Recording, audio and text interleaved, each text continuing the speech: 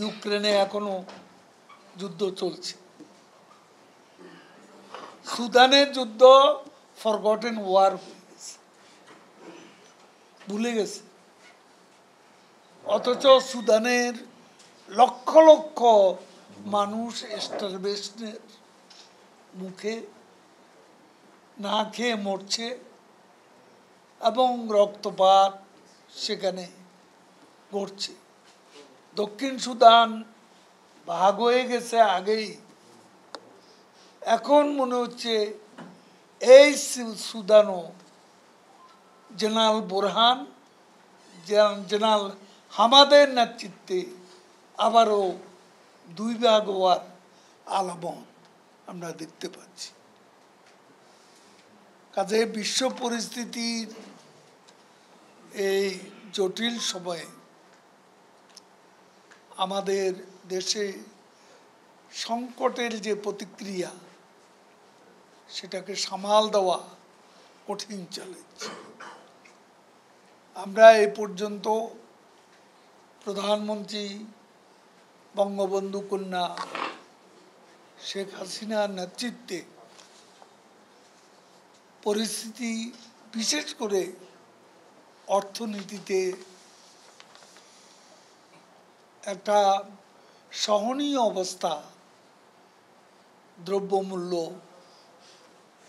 একটা সহনীয় অবস্থা বিরাজমান রাখার জন্য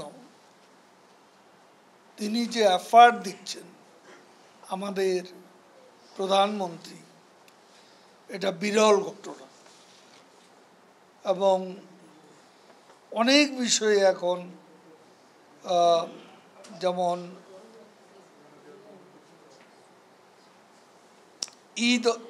ঈদে অর্থ প্রবাহ বৃদ্ধি পাওয়ার কারণে আমাদের অর্থনীতি কিছুটা চাঙ্গা হয়েছে।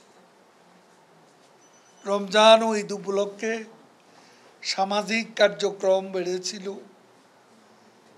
বাংলাদেশ আওয়ামী লীগ সহযোগী সংগঠনের নেতা কর্মীরা আমরা ইফতার পার্টি না করে ঈদ সামগ্রী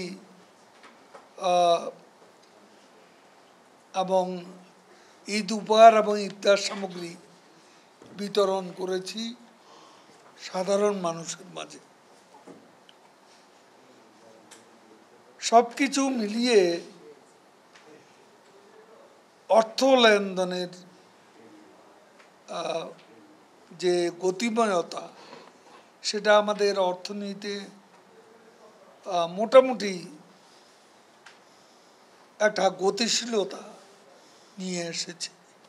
সে সুফল পাচ্ছে দেশের মানুষ। ব্যাংকিং খাতেও লেনদেন আগের চেয়ে বেড়েছে। আমরা সংকট কাটিয়ে ওঠার জন্য আমাদের প্রধানমন্ত্রীর যে প্রয়াস,